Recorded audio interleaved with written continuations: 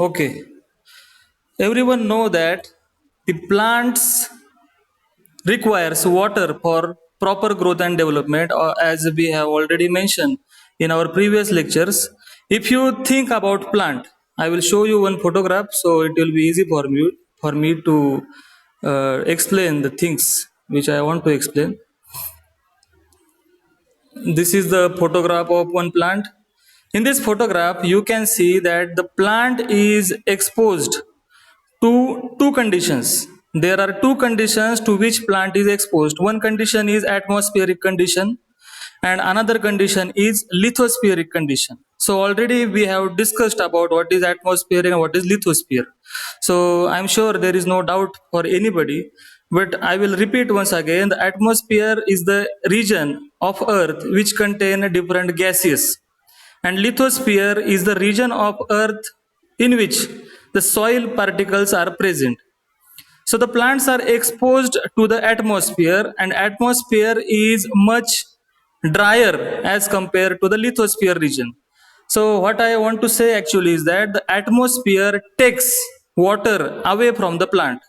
या प्लांट मधून water atmosphere मध्ये बाहेर पडतं. When plant loses the water into the atmosphere, the requirement of water is fulfilled by absorbing the water from soil medium. जे पाणी झाडाच्या पानांमधून बाहेर पडणार आहे ते पाणी रिप्लेस केलं जाते जे पाणी सॉइल मध्ये प्रेझेंट आहे. So the water which is present in soil, the water which is present in soil, actually the soil is containing three different types of particles. आता कुठल्याही सॉइलला जर तुम्ही पाहिलं किंवा ऑब्झर्व केलं किंवा तुम्ही तुमच्या घरी पण प्रयोग करून पाहू शकता, you can make easy experiment on this. Soil contain three different types of particles. Which particles? Some particles are larger in size. To those we call as sand particles. म्हणजे वाळू माहिती आहे तुम्हाला, वाळूचे पार्टिकल आहे ते पण एक सॉइलचा प्रकार आहे. दुसरे आहेत loamy soil particle. Loamy soil particle म्हणजे काय, सँड पेक्षा थोडस कमी साईजचे पार्टिकल असतात. आणि सगळ्यात शेवटी एक क्ले सॉइल पार्टिकल. तुमच्याकडे वही असेल तर प्लीज हे पॉइंट आउट करून घ्या. The soil contains three different types of particles. Okay, sandy soil, loamy soil आणि clay soil. So the water in soil, जर आता मी तुम्हाला एक फोटोग्राफ दाखवतो म्हणजे तुमच्या लक्षात येईल मला काय म्हणायचंय. Water in soil, in this photograph it is clearly visible that the root in which root hair is present. आता इथे तुम्हाला डायग्राम मध्ये दिसतंय हे प्लांटचं रूट आहे, बरोबर, हे प्लांटचं रूट हेअर आहे. the water which is present around the root hair and the water which is present between the soil particle. आता इथे त्यांनी सँड पार्टिकल आणि क्ले पार्टिकल असं म्हणलेलं आहे. तुम्हाला सँड पार्टिकलची साईज मोठी दिसेल आणि क्ले पार्टिकलची साईज स्मॉल दिसेल. सँड पार्टिकल आणि क्ले पार्टिकल हे सॉइल्सचे पार्ट आहेत. तर whatever the water is present between these soil particles, मी सॉइल पार्टिकल म्हणतो, sand particle clay particle separate म्हणण्यापेक्षा, the whatever water is present between these soil particle is known as capillary water. तुम्ही हे लिहून घ्या.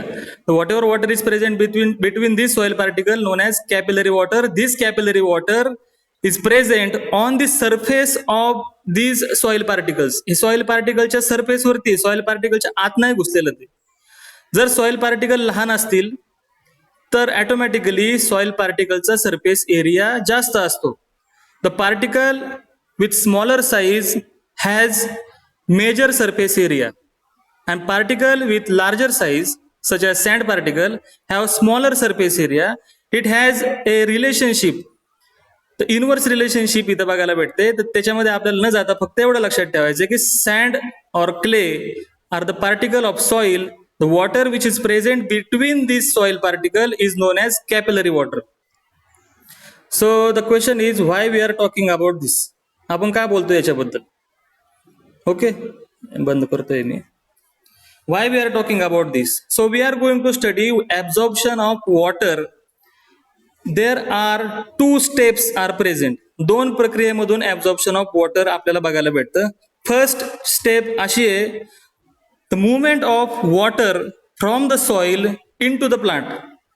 किंवा movement of water from soil particle towards the plant root hair.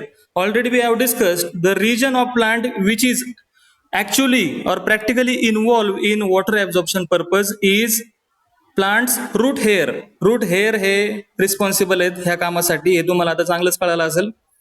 So the water travels from soil particle towards the root hair, ही झाली पहिली step.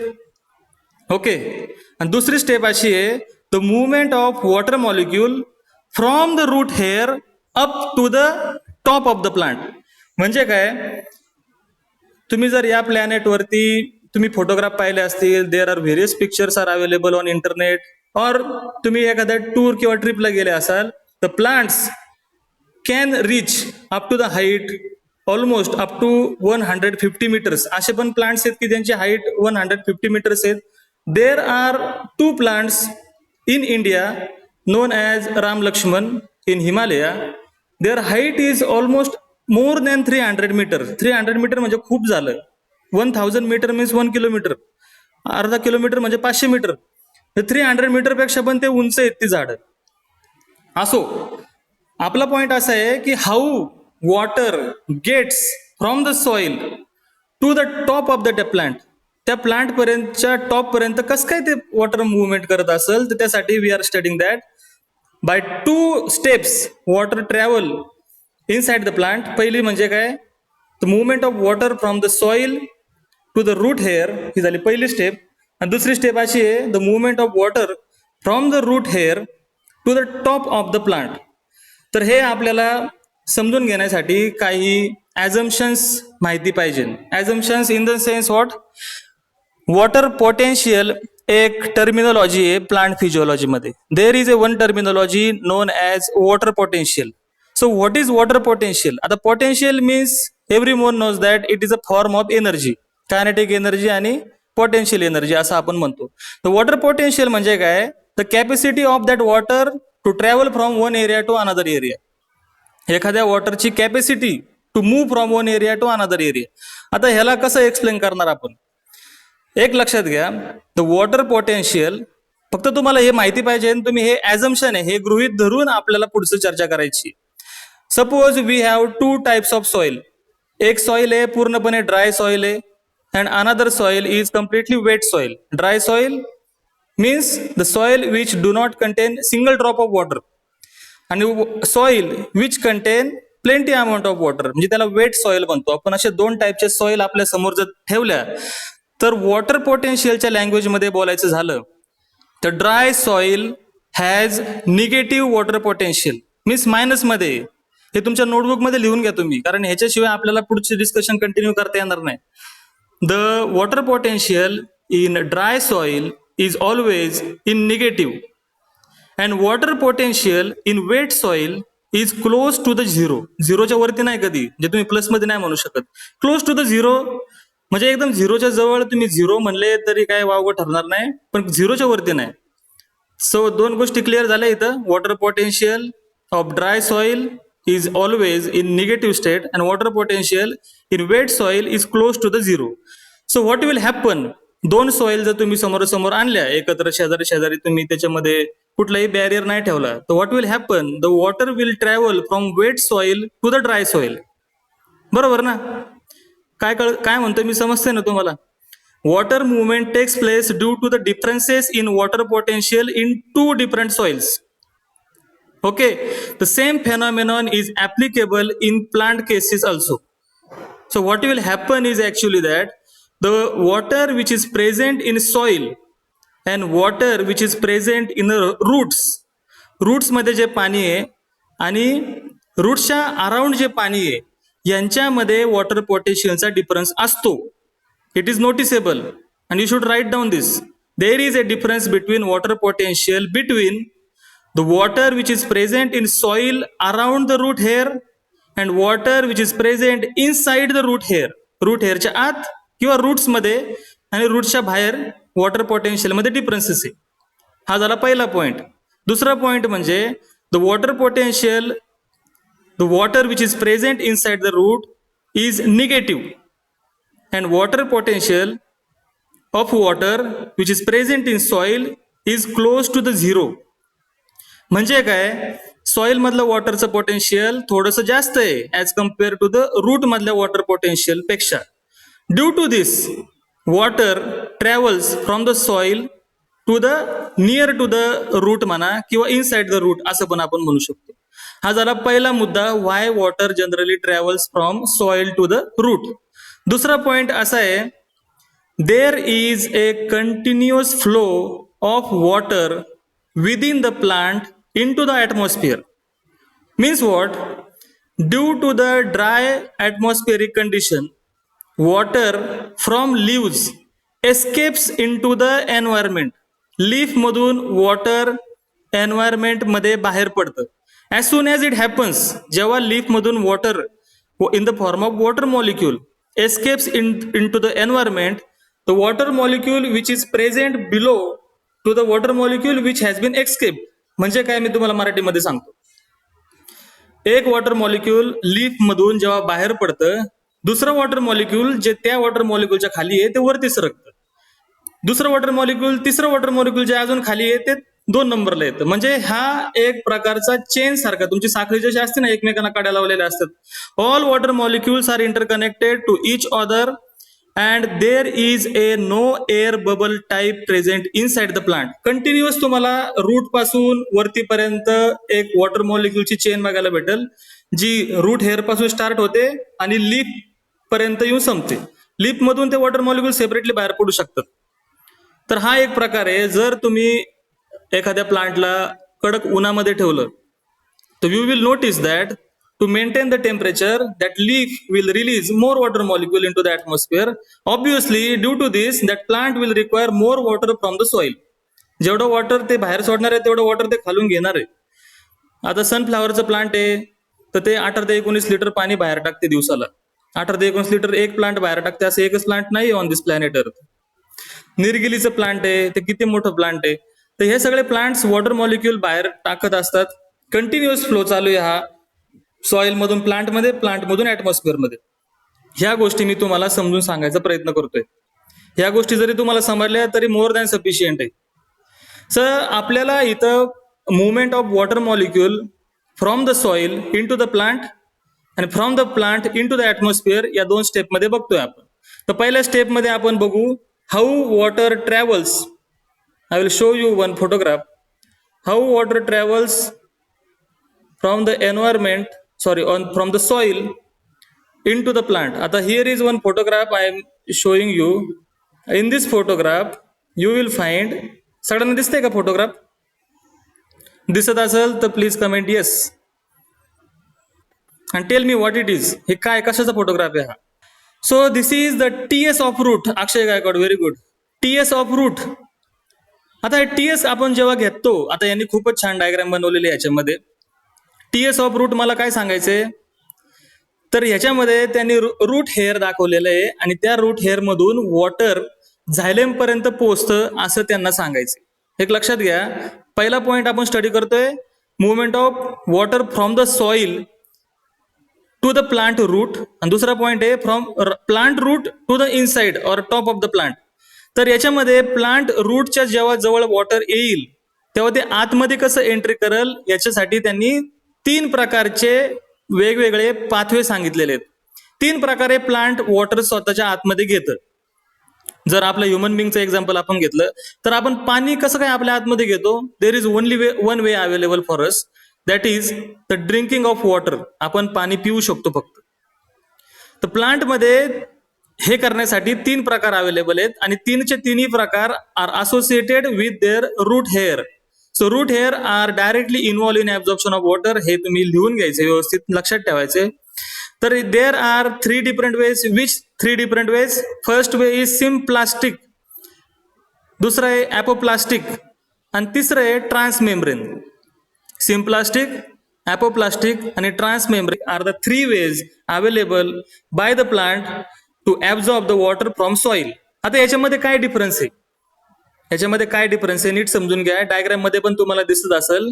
In apoplastic pathway, apoplast, you can find here, I will highlight for you. हा जो pathway मी आता सांगतोय ॲपोप्लास्टिक pathway, या केसमध्ये काय घडते, water travel from the root hair through the edges of the each cell. प्रत्येक सेलच्या एज म्हणजे कुठल्याही सेलच्या आतमध्ये वॉटरने एंट्री केलेली नाहीये. नीट बघा. The water travel around the edges of each cell. प्रत्येक सेलच्या एजने ते वॉटर मूव्ह होते आणि reach up to the endodermis आणि एंडोडर्मिस पशी येऊन पोचते. ओके. एंडोडर्मिस पर्यंत आणण्यासाठी ॲपोप्लास्टिक पाथवे इज रिस्पॉन्सिबल. आणि इन अनदर केस सिम्प्लास्टिक किंवा ट्रान्समेम्ब्रेन मध्ये दोघांमध्ये गोष्ट बघायला भेटेल तुम्हाला. The water travel from the root hair through each cell. प्रत्येक सेलच्या आतमधून ते एंट्री करते. So there is a difference between symplastic and ॲपोप्लास्टिक.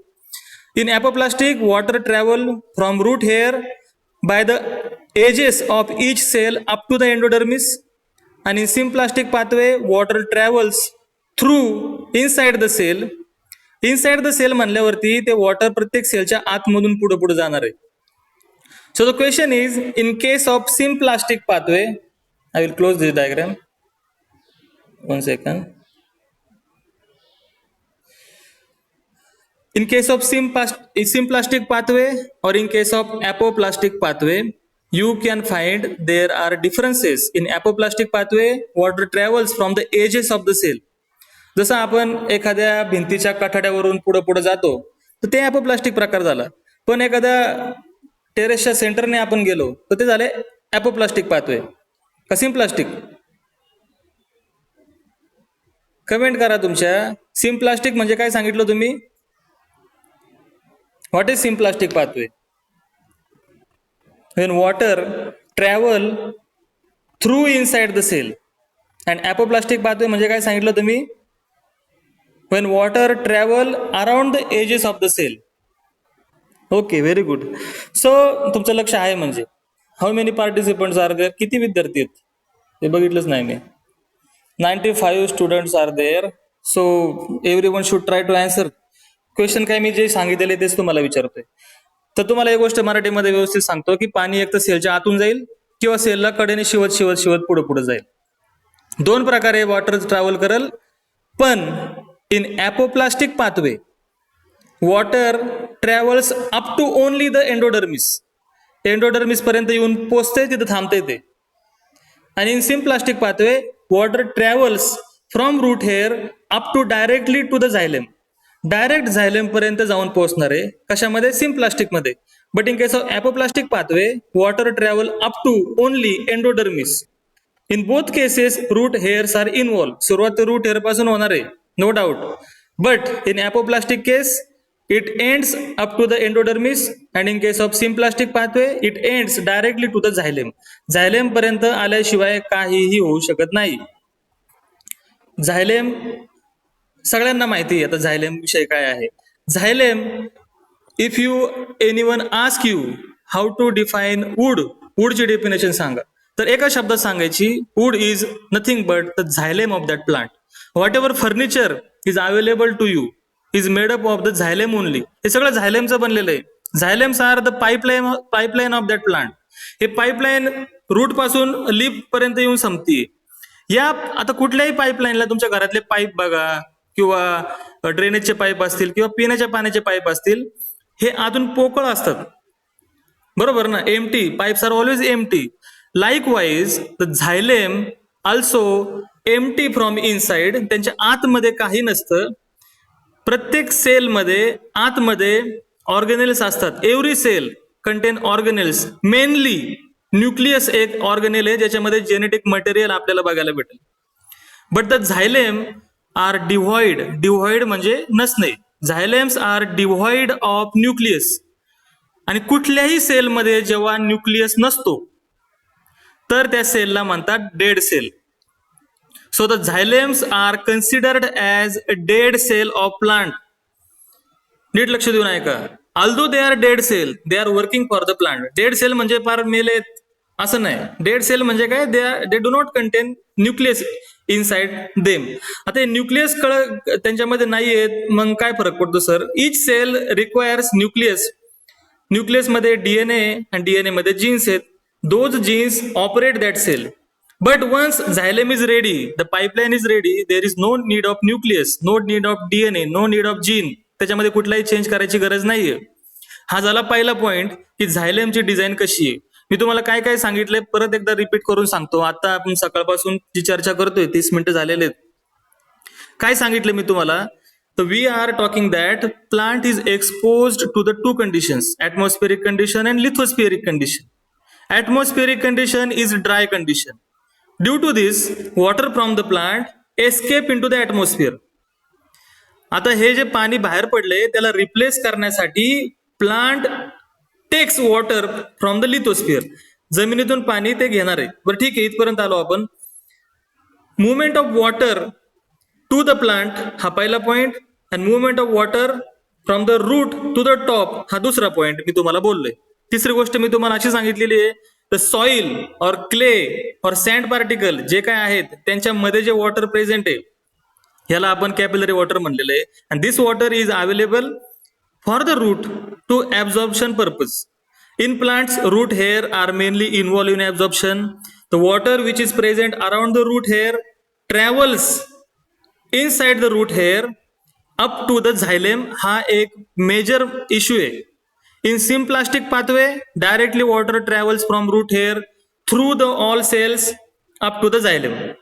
But in apoplastic pathway, water travels from the root hair around the edges of each cell up to the endodermis.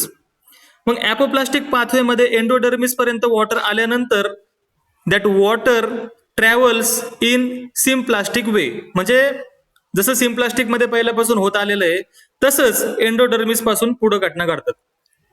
परंतु route hair पासून endodermis पर्यंत येण्याची पद्धत वेगळी आहे त्याची, म्हणून त्याला आपण सेपरेट प्रकार म्हणलेला आहे.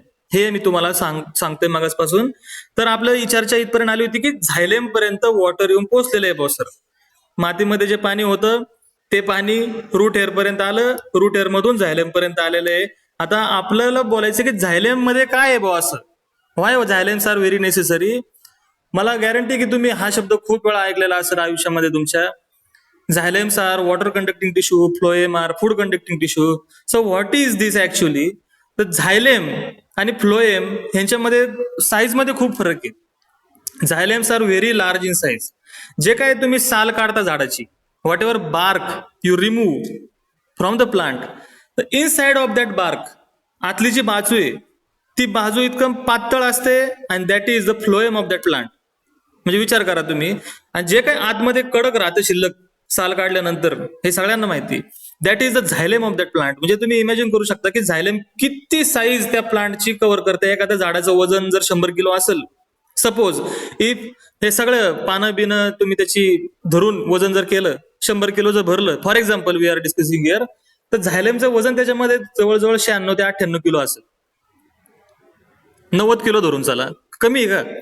तर झायलेम shares the major biomass in any plant. Xylem are nothing but the pipeline. Xylem are considered as a dead cell. Xylems are considered as a pipeline, and to make the pipeline, internal area should be empty. हा झाला पहिला point. आता एक लक्षात घ्या, जर water तुम्ही बघा, आता कुठल्याही प्लांटला बाहेरच्या बाजूने तुम्हाला असं कधी जाणवलं नसेल आजपर्यंत की ते ओलं झालंय. का नाही होत, तर ते लीक नाही होत झायलेम मधून बाहेर.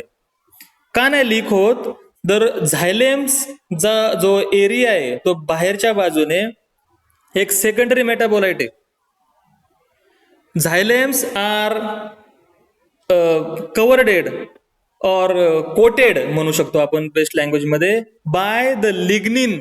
लिग्निन नावाचं एक कंपाऊंड आहे जे त्या झायलेमला बाहेरच्या बाजूने कोट केलेलं असतं. मी तुम्हाला सांगतो इथं की water from soil through the root hair up to the xylem पोचलेलं आहे. आता या झायलेम मध्ये आतमधून एम्प्टी आणि बाहेरच्या बाजूने एक लिग्निन नावाचं सेकंडरी मेटाबोलाइट प्रेझेंट असतं. आणि आउट ऑफ ऑल प्लांट्स, या सगळ्या प्लांट्स पृथ्वीवरची जर तुम्ही स्टडी केला तर सागाचं झाड, सागाच्या झाडाला इंग्लिशमध्ये काय म्हणतात, टेक्टोना ग्रँडिस, बरोबर. तर याच्यामध्ये लिग्निनचं प्रमाण सगळ्यात जास्त आहे. The plant which contain more lignin That plant is suitable for furniture purpose. आता फर्निचरच नाही तर बऱ्याचशा ठिकाणी तुम्हाला लिग्निन असलेले वूड हे लॉंग लाईफचे बघायला भेटतील. ते सागाचं झाड कॉमनली यूज केलं जातं कारण की त्याच्यामध्ये लिग्निनचं प्रमाण जास्त आहे, त्याच्यामुळे ते खराब होत नाही. What I am trying to tell you is that water travel inside the xylem without creating any single water bubble. कुठलाही वॉटर बबल त्याच्यामध्ये पाहायला भेटत नाही. In your syllabus let me check. कारण मी तुमच्या सिलेबस मध्ये मी तुमच्या बुक मध्ये बघत नाही काय तुम्हाला काय सांगितले. सो त्यांच्या फक्त एवढंच मानायचे त्यांना की पॅसिव्ह ट्रान्सपोर्ट ऍक्टिव्ह ट्रान्सपोर्ट झालं, संपला विषय. That is not at all. Plant physiology encompasses diverse concept जे तुम्हाला माहिती पाहिजे तुमच्या पुढच्या वर्गात जाण्यासाठी.